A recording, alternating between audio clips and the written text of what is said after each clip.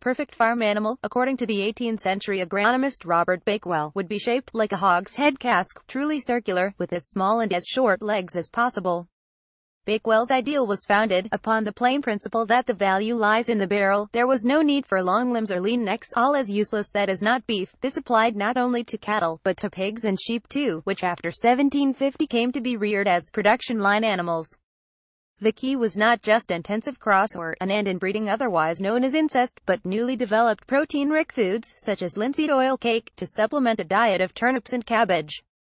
Animals that had taken 6 years to mature were now ready for slaughter, and prize animals with monstrous rumps and disappearing necks, fat stock, were paraded at auctions and shows, and celebrated in paintings and prints commissioned by their owners.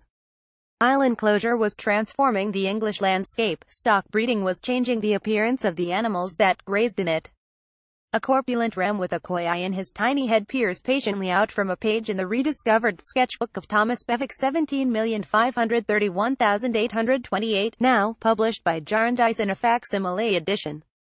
Bewick, best known for his illustrated natural histories, Quadrupeds 1790 and British Birds 1797 and 1804, has taken care to annotate the ram's vital statistics: 10.5 inches of leg, 18.5 inches from shoulder to foreshank, 3 feet 8.5 inches along the woolly barrel of the body from neck to tail. The next page contains draft lettering for an engraved broadside, a comparative view of 2 Cheviot rams, dedicated to the honorary members of the Society for the Improvement of Cheviot Sheep. In the printed broadside, the prized ram is compared with a scrawnier creature with spindlier legs, and both are placed along ruled lines of scale, in order to show the changes made to Cheviots by the stock breeder Thomas Smith. Another page in the sketchbook is given over to a preparatory drawing for Smith's stud card, in which the engraved image of Witham, the ram, served as a kind of business card. Bewick was not the kind of artist to flatter the flocks of yeomen or the smarter farmers he called agricultural gentlemen. "I would not put lumps of fat here there to please them where I could not see it," he said. Honesty of observation was his guiding principle. Truth is to bend to nothing, but all to her. Other improved breeds featured in the sketchbook include the Teeswater improved breed of sheep, the improved Holstein cow, and an improved Heath ram belonging to the Bishop of Durham. A stranger among the domestic animals is a wily hyena. Bewick must have seen it on show in Gilbert Pidcock's traveling menagerie in 1799. Beneath his sketch of the sow of the improved breed, Bewick has totted up some numbers: 18 plus 12 plus 19 equals 49, and added the words, "in 10 months." The 1800 edition of the Quadrupeds, where the sow and her pendulous burden of teats appeared in published form, makes sense of these jottings. She had a litter of 19 pigs to support at the time, which was the third within 10 months. The whole amounted in that time to nearly 50 pigs. The sow is a reproducing machine. Everywhere in the sketchbook, Bewick is adding things up, taking account, measuring.